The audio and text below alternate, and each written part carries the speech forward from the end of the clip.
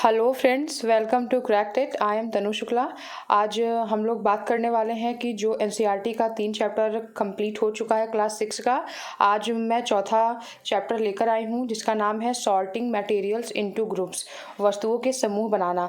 तो ये जो ये सीरीज चल रहा है ये पेपर 2 के लिए सीटेट के लिए काफ़ी बेनिफिशियल होगा। और यहाँ पे एनसीईआरटी इसलिए पढ़ाई जा रही है क्योंकि एनसीईआरटी से डायरेक्टली क्वेश्चन सीटेट में पूछे जाते हैं। तो आज हम लोग ये चैप्टर पढ़ेंगे। यहाँ पे आप लोग मेरा ब्रीफ इंट्रोडक्शन भी देख सकते हैं कि मैंने 3 बार सीटेट क्वालिफाई भी किया है और उसके बाद मेरा 2019 का आप स्कोर भी देख सकते हैं। आप हमारे चैनल से जुड़ने के लिए हमें टेलीग्राम चैनल पर ज्वाइन कर सकते हैं। उसके अलावा आप हमारे फेसबुक ग्रुप को भी ज्वाइन कर सकते हैं और आप हमारे इंस्टा आईडी को भी फॉलो कर सकते हैं। Thank you so much. अब हम चलते हैं अपने टॉपिक की तरफ। अगर आप लोगों को मेरे इस चैनल के कंटेंट पसंद आ रहे हो तो आप मेरे वीडियोज़ को लाइक करें, शेयर करें और मेरे चैनल को सब्सक्राइब करें और बेल आइकन को भी प्रेस करें। अब हम लोग चलते हैं अपने चैप्टर की तरफ। अब हम लोग अपने टॉपिक पर पहुंच चुके हैं और हमारा ये जो टॉपिक है वो है क्लासिफिकेशन ऑफ ऑब्जेक्ट्स, वस्तुओं का वर्गीकरण। तो इसमें पहला पॉइंट है objects are made of materials, वस्तुएं पदार्थों से बनी होती हैं। अगर इस पॉइंट को हम क्लियर करें तो देख सकते हैं कि जैसे कि ये लकड़ी का टेबल है तो जो इसमें लकड़ी लगी हुई है वो पदार्थ या मटेरियल है और जो ये पूरा स्ट्रक्चर है वो क्या है, वो जो लकड़ी का जो ये पूरा टेबल है वो क्या है, एक ऑब्जेक्ट है। अगर हम प्लेट की बात करें, मान लेते हैं कि ये प्लेट जो है वो स्टील की बनी हुई है तो स्टील जो है वो मटेरियल यूज़ हुआ है इसमें और ऑब्जेक्ट ये प्लेट बन के आया है उससे। और उसके बाद अगर हम किसी चेयर की बात करें, मान लेते हैं कि ये प्लास्टिक का चेयर है तो इसमें जो प्लास्टिक लगा हुआ है वो मटेरियल है और उसके बाद जो चेयर बन के आया है वो एक ऑब्जेक्ट हो गया। तो इस तरीके से हमारा जो ये पहला पॉइंट होता है वो क्लियर होता है। और दूसरा पॉइंट यहाँ कह रहा है कि objects can be classified on basis of following properties, वस्तुओं का वर्गीकरण निम्नलिखित गुणों के आधार पर किया जा सकता है। वैसे तो हम लोग बहुत आधार पे वस्तुओं का वर्गीकरण कर सकते हैं, लेकिन एनसीईआरटी जो कि एक स्टैंडर्ड को फॉलो करता है, एक स्टैंडर्ड को मेंटेन करता है और सीटेट भी उसे ही फॉलो करता है एनसीईआरटी के बुक को। तो हम लोग इसे 4 आधार पर ही बांटेंगे जैसा कि एनसीईआरटी की बुक में बांटा गया है। तो हम लोग अब उसे देखते हैं। पहला आधार उन्होंने ये बताया कि अपीयरेंस, दिखावट के आधार पर। दूसरा आधार उन्होंने बताया कि हार्डनेस, कठोरता के आधार पर। तीसरा आधार उन्होंने बताया कि सॉल्यूबल और इनसॉल्यूबल, विलेय अथवा अविलेयता के आधार पर। और चौथा पॉइंट उन्होंने बताया, एनसीईआरटी में मतलब बताया गया है कि ट्रांसपेरेंसी अथवा पारदर्शिता के आधार पर। तो अब हम लोग थोड़ा सा डिटेल में इसके बारे में देखते हैं। और आज मैं आपको बता दूं कि ये जो चैप्टर है इसके क्वेश्चंस जो मैं करवाऊंगी वो काफ़ी ज़्यादा इंपॉर्टेंट होंगे। इसका जो एक्सप्लेनेशन है वो तो काफ़ी लोगों को जनरली नाम से ही समझ में आ रहा होगा, लेकिन इसके क्वेश्चंस काफ़ी ट्रिकी आते हैं तो हम इसके क्वेश्चंस को भी देखेंगे। तो अब हम लोग आगे बढ़ते हैं, देखते हैं कि अपीयरेंस, दिखावट के आधार पर। तो अपीयरेंस के आधार पर अगर हम देखें तो पहला है विथ लस्टर, द्युतिवान। द्युतिवान का मतलब होता है चमक। जिस पदार्थ में चमक होती है उसको हम इस कैटेगरी में रखते हैं। कैटेगरी के में रखने का मतलब ये कि जैसे कि सोना हो गया उसमें चमक होती है, हीरा हो गया उसमें चमक होती है, तांबा हो गया। और उसके बाद ये अगर हम ये देखें कि कोई लोहा है अगर हमारे पास, अगर हम उसके खुरचेते हैं तो उस पर भी चमक उत्पन्न हो जाती है। तो धातुओं में चमक होती है, उसको इसमें हम शामिल करते हैं द्युतिवान में।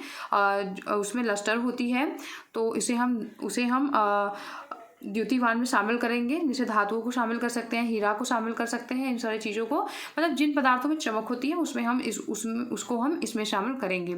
और द्युतिवान में मतलब विथ लस्टर में। और उसके बाद विदाउट लस्टर की अगर बात करें, द्युतिहीन मतलब कि चमकहीन, जिसमें चमक नहीं होती है, जिन वस्तुओं में चमक नहीं होती। एक सिंपल सा एग्जाम्पल अगर हम लकड़ी का लें तो लकड़ी में चमक नहीं होती, तो वो इसका एग्जाम्पल हो सकता है। और अगर थर्ड वाला पॉइंट देखें तो रफ, खुरदरा। तो खुरदरा का एग्जांपल अगर हम लें, सड़क जो होती गिट्टी से बनी होती है वो भी खुरदरी होती है। अगर कोई दीवार बनी हुई है, दीवार है और उस पर प्लास्टर नहीं किया गया है तो भी खुरदरी होती है। तो ऐसे खुरदरी चीज़ें, कई खुरदरी टाइप की एग्जाम्पल्स ले सकते हैं। और उसके बाद जो स्मूथ है, जो चिकना है, जैसे कि अगर हम टाइल्स लगवा लेते हैं अपने फर्श पर, अपने घर में फर्श पर लगवाते हैं तो वो काफ़ी चिकना होता है। अगर हम बर्तन का एग्जाम्पल लें यहाँ पे, तो जैसे स्टेनलेस स्टील का हम बर्तन लेते हैं तो वो भी काफ़ी छूने में चिकना होता है। और उसके अलावा अगर हम उसका लें क्या बोलते हैं, नॉन स्टिक का बर्तन लेते हैं तो वो भी कितना चिकना होता है। तो ये सारी वस्तुएं जो होती हैं वो चिकने के कैटेगरी में रखी जाती हैं। लेकिन इस तरीके से क्वेश्चंस फ्रेम नहीं होने वाले हैं। अगर हम लोग देखते हैं कि कितने ट्रिकी तरीके से इससे क्वेश्चन फ्रेम होते हैं, क्योंकि इतना ईजी तो क्वेश्चन बनाएंगे नहीं कि ये चमक वाली वस्तुएं कौन सी हैं, चमकहीन वस्तुएं कौन सी हैं, मतलब इस तरीके से क्वेश्चंस फ्रेम नहीं होने हैं। देखते हैं कि क्वेश्चन फ्रेम कैसे होंगे आगे आने वाले स्लाइड्स में। तो अब हम सेकंड पॉइंट पे पहुंचते हैं। सेकंड पॉइंट पे पहुंच गए हम लोग, हार्डनेस, कठोरता के आधार पर। तो कठोरता के आधार पर अगर हम देखें तो हार्ड, पहला पॉइंट है हार्ड, मतलब जो वस्तुएं छूने में कड़क हो, कठोर हो, जो दबती नहीं है, वो कठोर होती हैं। तो कठोरता उसमें होती है, जैसे कि अगर हम कोई ईंट लें वो भी कठोर है, अगर हम दीवार को छुएं वो भी कठोर है, अगर हम लोहे को छुएं वो भी कठोर है। मतलब कोई भी वस्तु जो छूने में कठोर महसूस होती है या फिर जो दबती नहीं है तो वो कठोर होती है। और सेकंड है इसका सॉफ्ट, मतलब कि कोमल। तो अगर इसके बारे में हम देखें तो यहाँ पे जो बहुत अच्छा सा एग्जाम्पल खुद ही रखा गया है कि यहाँ पे जो ये स्पंज का एग्जाम्पल रखा गया है, स्पंज को अगर हम छूते हैं तो वो काफ़ी कोमल होता है, दबता है। तो मतलब जो वस्तुएं दब जाती हैं अच्छे से, मतलब बहुत मेहनत नहीं करना पड़ता, ईजिली दब रही हैं, तो वो सॉफ्ट में के कैटेगरी में रखी जाएंगी। और अगर हम नेक्स्ट स्लाइड पे चलें तो देखते हैं कि सॉल्यूबल और इनसॉल्यूबल, विलेय अथवा अविलेयता के आधार पर। तो इसमें क्या होता है, विलेयता को पहले हम देखते हैं, सॉल्यूबल का डिफिनेशन देखते हैं कि material which can be dissolve in water are called soluble. पदार्थ जो जल में घुल सकते हैं वो विलेय होते हैं। तो मान लेते हैं कि ये जो हमारे पास एक बीकर है, उसमें हम यहाँ पे जल रखा गया है, और जल में अगर हम ग्लूकोज डाल दें तो वो इसमें उसमें विलय हो जाएगा। और उसके बाद अगर हम इसमें नमक डाल दें तो वो भी उसमें घुल जाएगा। उसके अलावा अगर इसमें हम चीनी डाल दें तो वो भी इसमें घुल जाएगा। तो जो यहाँ पे चीनी हो गया, नमक हो गया, ग्लूकोज हो गया, वो क्या हो गया, वो सॉल्यूबल हो गया, मतलब विलेय पदार्थ कहे जाएंगे। और अगर हम सेकेंड पॉइंट पे पहुँचे तो वो क्या कह रहा है, सेकेंड पॉइंट कह रहा है कि material which can not dissolve in water are called insoluble. पदार्थ जो जल में नहीं घुल सकते हैं उन्हें हम अविलेय कहते हैं। मान लेते हैं कि हमारे पास पानी का एक ये बीकर है, इसमें पानी रखा हुआ है, अगर हम इसमें बालू को डालें तो क्या ये घुल जाएगा, उसमें नहीं घुलेगा, बालू इसमें नहीं घुलेगा। तो क्या हुआ, बालू यहाँ पे अविलेय पदार्थ हुआ, जल में अविलेय पदार्थ क्या हुआ, बालू हुआ। तो इतना हमारा पॉइंट क्लियर हुआ। इतना तो सभी को पता ही रहता है, लेकिन अब चैप्टर है तो मुझे बताना ही पड़ेगा। आज हम लोग इसके क्वेश्चंस पे बहुत फोकस करने वाले हैं। अब जो चौथा प्रकार है वो है ट्रांसपेरेंसी, पारदर्शिता के आधार पर। ये कितने अच्छे पिक्चर से अपने आप ही सारी चीज़ें खुद ही क्लियर हो रही हैं, लेकिन फिर भी हम लोग देखते हैं। तो पहला है ट्रांसपेरेंट, मतलब कि पारदर्शिता। जो ट्रांसपेरेंट होता है, मतलब कि जो शीशा, नॉर्मल शीशे की हम बात कर रहे हैं, बहुत डिज़ाइनर शीशों की बात नहीं कर रहे हैं, मतलब जो शीशा होता है उसके आर पार हम देख सकते हैं, बहुत इजीली देख सकते हैं कि शीशे के उस पार क्या रखा है, तो हम बहुत अच्छे से देख सकते हैं, एकदम साफ साफ देख सकते हैं। तो उस शीशे में क्या होती है, ट्रांसपेरेंसी होती है, जिसके आर पार हम एकदम सही से देख सकते हैं। और उसके बाद दूसरा पॉइंट क्या है, ओपेक, अपारदर्शी। जैसे कि हम दीवार के सामने खड़े हो जाए तो क्या हमें उसके आर पार, उसके जो पीछे रखा है, उसके बैकग्राउंड में जो भी चीज़ें रखी हुई है वो हमें दिखाई देंगी, नहीं दिखाई देंगी। तो जो दीवार हो गया वो क्या हो गया, ओपेक हो गया और पारदर्शी हो गया। ऐसे बहुत सारे वस्तुओं का हम एग्जांपल ले सकते हैं। और उसके अलावा जो नेक्स्ट पॉइंट है ट्रांसलूसेंट, पारभासी। तो जो ये ट्रांसलूसेंट होता है, इसमें क्या होता है कि इसमें बैकग्राउंड में, मतलब शीशे के पीछे जो शीशा हो या फिर कोई भी जो भी ऑब्जेक्ट हमने लिया है, ट्रांसलूसेंट ऑब्जेक्ट जो हमने लिया हुआ है, उसके पीछे जो भी सामान रखा है वो हमें दिखाई तो देगा, लेकिन बहुत अच्छे से दिखाई नहीं देगा। मतलब कि ट्रांसलूसेंट में होता ये है कि ऑब्जेक्ट के पीछे वाली चीज़ें दिखाई तो देती हैं, लेकिन एकदम साफ साफ दिखाई नहीं देती हैं। मान लेते हैं कि हमारे पास एक अखबार रखा, हमने एक अखबार लिया है, उस पर तेल लगा देते हैं अगर, तो अगर हम उसमें से देखते हैं तो उसके बैकग्राउंड की चीज़ें हमें दिखाई तो देती हैं, लेकिन बहुत अच्छे से दिखाई नहीं देती। अगर हम एक शीशे की भी बात करें, जैसे कि ये ट्रांसपेरेंट जो शीशा हमने लिया है, उस पर अगर हम भाप डाल दें तो उस पर भी अगर हम देखें तो पीछे की चीज़ें बहुत अच्छे से दिखाई नहीं देती हैं। तो वो हो गया ट्रांसलूसेंट, पारभासी। मुझे लगता है कि आप लोगों को समझ में आ गया होगा, इसमें बहुत ज़्यादा एक्सप्लेन करने वाली कोई बात थी नहीं। तो अब हम लोग अपने क्वेश्चंस की तरफ बढ़ेंगे, क्योंकि आज की जो क्वेश्चंस होने वाले हैं वो काफ़ी ज़्यादा इंपॉर्टेंट हैं। तो आप लोग वीडियो के साथ बने रहें और लास्ट तक अपने इस वीडियो को देखें भी। अब चलते हैं क्वेश्चंस की तरफ। अब हम लोग क्वेश्चन पे पहुंच चुके हैं। क्वेश्चन पहला देखते हैं, an iron nails nail is kept in each of the following liquid. जो एक आयरन का नेल होता है, मतलब कि जो लोहे का कील होता है, उसमें जो ये 4 लिक्विड दिए गए हैं, मस्टर्ड ऑयल, सॉफ्ट ड्रिंक और कोकोनट ऑयल और कैरोसिन, ये जो 4 लिक्विड दिए गए हैं उसमें डुबाने पर in which case it loses its shine and appear dull. तो मतलब कि mustard oil, soft drink, coconut oil और कैरोसिन में डालने पर कौन, मतलब किस में डालने पर जो आयरन का कील है, लोहे का जो कील है, वो अपना साइन, मतलब अपना चमक कम कर देगा और वो डल दिखने लगेगा। तो इस क्वेश्चन का मतलब ये है कि एक आयरन का कील हमने लिया है और 4 लिक्विड है यहाँ पे, उस चारों लिक्विड में से किस लिक्विड में हम डालेंगे कि जो आयरन, जो लोहे का जो कील होगा वो डल दिखने लगेगा और उसकी चमक खत्म हो जाएगी। तो मस्टर्ड ऑयल में, मतलब सरसों के तेल में डालेंगे, सॉफ्ट ड्रिंक में डालेंगे, कोकोनट ऑयल का मतलब है कि नारियल के तेल में हम डालेंगे, या फिर कैरोसिन मतलब कि मिट्टी के तेल में हम डालेंगे, तो वो अपना साइन खत्म कर देगा, मतलब उसका साइन खत्म हो जाएगा। तो अब हम लोग देखते हैं कि सॉफ्ट ड्रिंक में अगर हम लोहे की कील को डालेंगे तो वो अपना साइन जो है वो खत्म कर देगा, मतलब उसकी साइन जो है वो खत्म हो जाएगी, उसका चमक जो है वो खत्म हो जाएगा। अब इसमें कौन सा केमिकल यूज़ होता है, क्या कैसे होता है, ये हायर क्लासेस की बात है, यहाँ पे क्लास 6 में बताया नहीं गया है। तो हम लोग इस क्वेश्चन के बारे में सिर्फ इतना ही देखेंगे। अब दूसरे क्वेश्चन पे बढ़ते हैं। Pick one material from the following which is completely soluble in water. मतलब जो इसमें चारों मटेरियल दिए गए हैं उसमें से हमें एक ऐसा चुनना है जो कि सॉल्यूबल है, विलेय है पानी में, जो कि विलेय है पूरी तरीके से। तो चाक का जो पाउडर होता है, क्या वो विलेय है? नहीं।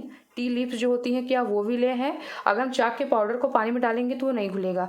टी लीव्स जो है कि टी लीव्स जो कि मतलब टी मतलब कि चाय पत्ती की चाय पत्ती जो होता है, उसकी जो पत्तियां होती हैं, अगर हम उसको डालेंगे तो मतलब कोई भी पत्ती है पानी में तो घुलने से रहा। उसके बाद सॉ डस्ट का मतलब ये होता है कि जब हम लकड़ी को रेतते हैं तो उसमें से छोटे छोटे जो डस्ट निकलते हैं तो उसे हम सॉ डस्ट कहते हैं, तो वो भी पानी में नहीं घुलता है। तो जो इसका आंसर क्या हो जाएगा, तो इसका आंसर जो होगा ग्लूकोज हो जाएगा। मैंने इसको तो आप लोगों को उसमें भी बताया था, ग्लूकोज हो गया, चीनी हो गया, नमक हो गया, ये सारी चीज़ें जो होती हैं वो पानी में मिल जाती हैं, घुल जाती हैं, विलेय होती हैं, सॉल्यूबल होती हैं। अब हम लोग अगले क्वेश्चन पे चलेंगे। You are provided with the following materials. तो आप लोगों को इसमें 4 मटेरियल दिए गए हैं और उसमें से हमें चुनना है कि which of the above materials will you identify as transparent. मतलब ये जो 4 मटेरियल हमें यहाँ पे दिए गए हैं उसमें से हमें ये चुनना है कि कौन सा ट्रांसपेरेंट है, पारदर्शी है, कौन सा इसमें से पारदर्शी है। तो हम चुनते हैं मैग्नीफाइंग ग्लास। मैग्नीफाइंग का ग्लास का मतलब होता है, मैग्नीफाई का मतलब होता है बड़ा करना। तो कोई भी चीज़ अगर रखी है और उसे हमें बड़े करके देखना है तो मैग्नीफाइंग ग्लास का हम यूज़ करते हैं।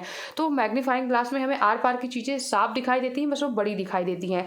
तो ट्रांसपेरेंट में हम इसे रख सकते हैं। तो ये किसमें है, तो ये ऑलमोस्ट सब ऑप्शन में है, चौथे में छोड़ के। तो पहला तो हमारा मान लेते हैं कि ट्रांसपेरेंट हुआ। मिरर जो हुआ, मिरर जो हम लोग रोज़ घर में यूज़ करते हैं, अपना फेस देखने के लिए यूज़ करते हैं शीशा, तो वो मिरर, उसमें हम सिर्फ अपने आप को देख पाते हैं, बैकग्राउंड की चीज़ें नहीं देख पाते हैं, मिरर के पीछे क्या रखा है। तो ये जो हो गया वो ट्रांसपेरेंट नहीं होता, ये ओपेक होता है।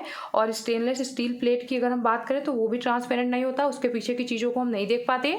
और उसके बाद ग्लास टम्बलर की अगर हम बात करें तो ग्लास टम्बलर क्या होता है, ये ट्रांसपेरेंट हो गया। अगर ये शीशे का ग्लास है और अगर हम इसमें पानी रखेंगे तो हमें दिखेगा कि इसमें पानी रखा है। अगर हम इसमें ऑरेंज जूस रखेंगे तो हमें इसमें दिखेगा कि इसमें हम ऑरेंज जूस रखे हुए हैं। तो मतलब जो ग्लास होता है, ये मतलब जिसे हम ग्लास बोलते हैं, वो एक्चुअली में टम्बलर ही होता है और इसमें मटेरियल ग्लास यूज हुआ होता है, लेकिन हम अपने यहाँ बोलचाल की भाषा में उसे ग्लास ही बोल देते हैं। तो इसीलिए सब लोग इसे टम्बलर नाम से कम ग्लास नाम से ज़्यादा जानते हैं।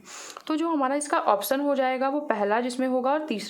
तो जो इसका आंसर हो जाएगा वो क्या होगा, सॉरी, पहला और चौथा हो जाएगा। तो इसका जो आंसर होगा वो डी हो जाएगा, क्योंकि जो इसका आंसर बन रहा है वो मैग्नीफाइंग ग्लास बन रहा है और ग्लास टम्बलर बन रहा है, जिसमें कि हम कोई भी चीज़ रखेंगे तो देख सकते हैं ट्रांसपेरेंट तरीके से, और मैग्नीफाइंग ग्लास में भी हम आर पार की चीज़ों को अच्छे से देख पाते हैं।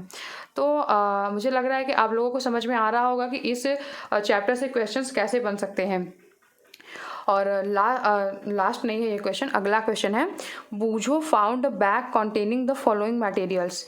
एक बूझो नाम का लड़का है और वो एक फाउंड बैग, उसे एक बैग मिलता है और उसमें ये सारी चीज़ें भरी हुई हैं। तो उसमें क्या कह रहा है, मिरर है, पेपर स्टेंड विथ ऑयल है, मैग्नेट है मतलब कि चुंबक, और ग्लास स्पेक्ट है। तो help Boojho in finding out the material which is और ओपेक। तो यहाँ पे क्वेश्चंस उसी तरीके का फ्रेम हुआ है। वहाँ पे ट्रांसपेरेंट की बात हुई थी, यहाँ पे ओपेक मतलब अपारदर्शी वस्तु की बात हो रही है। तो उसके कौन सा अपारदर्शी वस्तु है, तो मिरर जो हो गया, शीशा जो हो गया, उसके हम आर पार नहीं देख सकते, तो ये जो हो गया वो ओपेक हो गया। तो ओपेक में एक तो आया, पहला तो है, ठीक है। तो ये ऑप्शन तो गया और ये ऑप्शन तो गया, इसमें तो पहला है ही नहीं। उसके बाद दूसरा देखते हैं पेपर स्टेंड विथ ऑयल। तो जो पेपर स्टेंड विथ ऑयल होता है, मैंने आपको बताया था कि अगर किसी पेपर में हम ऑयल लगा दें तो उसके आर पार की जो चीज़ें होती हैं वो हमें बहुत क्लियरली नहीं दिखाई देती। अब दिखाई देती हैं लेकिन क्लियरली दिखाई नहीं देती, और वो किस में आती है, तो वो ट्रांसलूसेंट में आती है। तो ये भी ऑप्शन नहीं होगा, ये भी ऑप्शन नहीं होगा, तो यहाँ ये भी गया। उसके बाद जो थर्ड है मैग्नेट, तो मैग्नेट भी ओपेक होता है, क्यों, क्योंकि मैग्नेट के आर पार हम चीज़ें नहीं देख सकते। तो ये और ग्लास स्पेक्ट तो हम देखते हैं कि ये ट्रांसपेरेंट होता है, क्योंकि जो हम चश्मा लगाते हैं डेली लाइफ में यूज़ करते हैं अपने डेली लाइफ में, तो उसमें जो हम चश्मा में जो मिरर लगाते हैं तो जो होता है उसे ग्लास स्पेक्ट बोलते हैं। तो उसके हम आर पार की चीज़ों को अच्छे से देख पाते हैं। तो ये भी ऑप्शन नहीं होगा। जो इसका आंसर हो जाएगा वो कौन सा आंसर हो जाएगा, मिरर होगा और मैग्नेट होगा, पहला और तीसरा। मुझे लगता है आप लोगों को समझ में आ गया होगा। और अब हम लोग चलते हैं नेक्स्ट क्वेश्चन पे। While doing an activity in class में एक एक्टिविटी करते समय the teacher asked Paheli to hand over a translucent material. Teacher, एक लड़की है उसका नाम पहेली है, उससे कहती है कि ट्रांसलूसेंट मटेरियल को उसे मतलब हैंड ओवर करें। ट्रांसलूसेंट मतलब कि पारभासी जो वस्तुएं हैं उसको हैंड ओवर करें। और which among the following material will Paheli pick and give her teacher. तो इसमें से जो चारों ऑप्शंस दिए गए हैं उन चारों ऑप्शंस में से कौन सा ऐसा मटेरियल है जिसे कि पहेली उठाएगी और अपने टीचर को हैंड ओवर करेगी, अपने टीचर के हाथ में देगी। तो यहाँ पे हम किस बात, बस कहने का इस क्वेश्चन का सिर्फ इतना ही मतलब है कि इसमें से हमें ट्रांसलूसेंट मतलब पारभासी मटेरियल को चुनना है। तो ग्लास टम्बलर जो हो गया वो हम देखते हैं किस में आता है, ट्रांसपेरेंट में आता है, क्योंकि उसमें हम जो भी चीज़ रखते हैं उस ग्लास टम्बलर में दिखता है। तो ये इसमें नहीं आएगा, ट्रांसलूसेंट में नहीं आएगा। मिरर जो होगा वो ओपेक हो गया, उसमें नहीं आएगा ये, क्योंकि उससे हम आर पार की चीज़ों को एकदम नहीं देख पाते। उसके बाद मसलिन क्लॉथ जो होता है, ये एक कपड़ा होता है, बहुत पतला सा कपड़ा होता है, जिसके हम आर पार की चीज़ों को बहुत अच्छे से तो नहीं देख पाते लेकिन चीज़ों को देख पाते हैं। तो इसका जो आंसर होगा वो सी बनेगा। और एल्यूमिनियम फॉइल में भी हम नहीं देख पाते हैं। तो हमारा जो आंसर बनेगा वो क्या होगा, मुसोलिन क्लॉथ होगा इस क्वेश्चन के। अगला क्वेश्चन है which of the following substances among the following would float in a tumbler half filled with water. इस क्वेश्चन के कहने का मतलब है कि इसमें से कौन सा वो पेयर है, पदार्थ का जो मटेरियल का पेयर है, जो ये टम्बलर है, मान लीजिए ग्लास टम्बलर है और इसमें आधा पानी भरा हुआ है और इसमें वो तैर जाएगी। तो तैर जाएगी, इसमें से कौन सी दो ऐसी मटेरियल हैं। तो कॉटन थ्रेड जो है वो डूब जाएगा, थर्माकोल में भी तैर जाए, और उसके बाद फेदर भी तैर जाएगा, प्लास्टिक बॉल भी तैर जाएगा। तो इसका आंसर तो बी हो जाएगा। उसके बाद पिन जो है वो डूब जाएगा, ऑयल ड्रॉप तैर जाएगा मान लेते हैं, लेकिन इसका दोनों पेयर हमें ढूंढना था तो उसमें दो पेयर नहीं है। उसमें बाद कॉइन जो है यहाँ पे वो भी डूब जाएगा। तो इस क्वेश्चन का जो आंसर बनता है वो बी बनेगा। अब अगले क्वेश्चन पे चलेंगे। Which among the following are commonly used for making a safety pin. मतलब इन चारों में से हम किस कॉमनली मतलब सामान्यतया हम सेफ्टी पिन बनाने के लिए यूज़ करते हैं। तो लकड़ी का यूज़ तो हम नहीं करते पिन बनाने के लिए, और ग्लास का भी यूज़ नहीं करते। प्लास्टिक का यूज़ कर सकते हैं लेकिन ग्लास का यूज़ नहीं कर सकते। प्लास्टिक का यूज़ कर सकते हैं लेकिन लेदर का यूज़ नहीं कर सकते। तो इसलिए जो इस क्वेश्चन का जो आंसर हो जाएगा वो स्टील और प्लास्टिक हो जाएगा। और नेक्स्ट क्वेश्चन है which of the following material is not lustrous. मतलब इसमें से ऐसा कौन सा मटेरियल है जिसमें चमक नहीं होती। तो हमें जैसा कि पता ही है कि गोल्ड में चमक होती है, सिल्वर में भी चमक होती है, डायमंड में भी चमक होती है, लेकिन जो लकड़ी होता है, वुड होता है, उसमें चमक नहीं होती। तो इसमें आंसर जो होगा वो सी हो जाएगा। अब अगला क्वेश्चन है which of the following statement is not true. इसमें से कौन सा ऐसा कथन है जो सही नहीं है। पहला है materials are grouped for convenience. तो जो मटेरियल्स हैं वो बांटे जाते हैं सुविधा के लिए। ये बात तो सही है, क्योंकि अगर हम अपनी सुविधा के लिए ही तो बांटते हैं कि रसोई का सामान रसोई में होगा, पढ़ाई का सामान पढ़ाई वाले रूम में होगा, और मतलब जो भी चीज़ें हैं हम इसी तरीके से बांटते हैं, अपनी सुविधा के लिए बांटते हैं ताकि हमें चीज़ें जल्दी से मिल जाएं। तो पहला पॉइंट तो ट्रू है, नॉट ट्रू पूछा है। दूसरा पॉइंट देखते हैं, materials are grouped to study their properties. Materials को हम इसलिए बांटते हैं ताकि हम उसके प्रॉपर्टीज़ को, गुणों को स्टडी कर सकें, उसके बारे में जान सकें, तो ये बात भी सही है। तीसरा पॉइंट है, materials are grouped for fun. Materials को हम बांटते हैं फ़न के लिए, तो ऐसी तो कोई बात नहीं है, इसका जो आंसर होगा वो सी होगा। और डी जो है उसे भी देख लेते हैं, materials are grouped according to their uses. Materials को हम उसके यूज़ के अकॉर्डिंग बांट देते हैं, तो ये भी सही है कि हमें जो सामान एक कैटेगरी की लगती है, मतलब हम एक चीज़ में यूज़ कर सकते हैं। मान लीजिए कि हमें पढ़ाई करने के लिए हमें अपनी बुक्स की ज़रूरत होगी, हमें टेबल की ज़रूरत होगी, हमें पेन की ज़रूरत होगी, तो हम उसके यूज़ के अकॉर्डिंग उसे उस जगह पे रख देते हैं। तो इस तरीके से मटेरियल्स को बांट देते हैं। तो जो इस क्वेश्चन का जो आंसर होगा, इस मटेरियल को ग्रुपिंग करने के बारे में कौन सा सही नहीं है, तो वो मटेरियल जो होगा फ़न के लिए ग्रुपिंग नहीं करते हैं उसकी। तो इसलिए थर्ड जो ऑप्शन हो जाएगा वो आंसर हो जाएगा इसका। अगला क्वेश्चन है, find the odd one out from the following. मतलब इसमें से एक ऑड चुनना है। इसमें से एक तवा हो गया, स्पैड हो गया, प्रेशर कुकर हो गया और इरेजर हो गया। तो जो ये तवा हो गया, स्पैड हो गया और प्रेशर कुकर हो गया, ये तीनों जो होती हैं वो हार्ड होती हैं, लेकिन जो इरेजर होता है वो दबता है, तो ये सॉफ्ट में आ जाएगा। तो इसलिए, और ये एक रीजनिंग का भी क्वेश्चन बनता है ऑड वन वाले में, ये भी ऐसे क्वेश्चन भी बनते हैं रीजनिंग में भी, और ऐसा साइंस में भी बना दिया गया है, ऐसा एनसीईआरटी की बुक में दिया भी गया है ये क्वेश्चन। और अब अगले पे चलेंगे, which type of following material is used for making the front glass of a car with screen, wind screen. मतलब कि हमें कार का जो विंड स्क्रीन बनाना है, फ्रंट ग्लास बनाना है, मतलब जो हमारे कार में जो हमारा जो फ्रंट ग्लास होता है वो हम कैसा बनाते हैं, किस तरीके का मटेरियल यूज़ करके बनाते हैं। तो इसमें 3 ऑप्शन दिया है, ट्रांसपेरेंट मटेरियल यूज़ करेंगे, पारदर्शी मटेरियल यूज़ करेंगे, ट्रांसलूसेंट पारभासी मटेरियल यूज़ करेंगे, और उसके बाद ओपेक मतलब अपारदर्शी मटेरियल यूज़ करेंगे, या सभी यूज़ करेंगे। तो हमें जनरल सी बात है कि जो हमारे कार का जो शीशा होता है, फ्रंट शीशा होता है, तो उसमें हम ट्रांसपेरेंट या मतलब कि पारदर्शी मटेरियल का यूज़ करते हैं। तो ये जो आंसर होगा वो पहला हो जाएगा। तो अब हम लोग देखते हैं, तो अब हमारा यहाँ पे ख़त्म हुआ हमारा जो ये जो चैप्टर था क्लास 6 का एनसीईआरटी साइंस का जो चौथा चैप्टर था वो ख़त्म हुआ, और क्वेश्चन आंसर के साथ हम लोगों ने ख़त्म किया। इसी तरीके से हम 6, 7, 8 सभी चैप्टर को ख़त्म करेंगे, और उसके क्वेश्चन आंसर भी साथ साथ करते जाएंगे। इसके बाद हम सीटेट में आए हुए सारे क्वेश्चंस को भी कराएंगे। ठीक है, थैंक यू सो मच। और आप लोगों को अगर मेरे इस चैनल के कंटेंट पसंद आ रहे हो तो आप मेरे वीडियोस को लाइक करें, चैनल को सब्सक्राइब करें, वीडियोस को शेयर भी करें, और बेल आइकन को भी प्रेस करें। Thank you so much.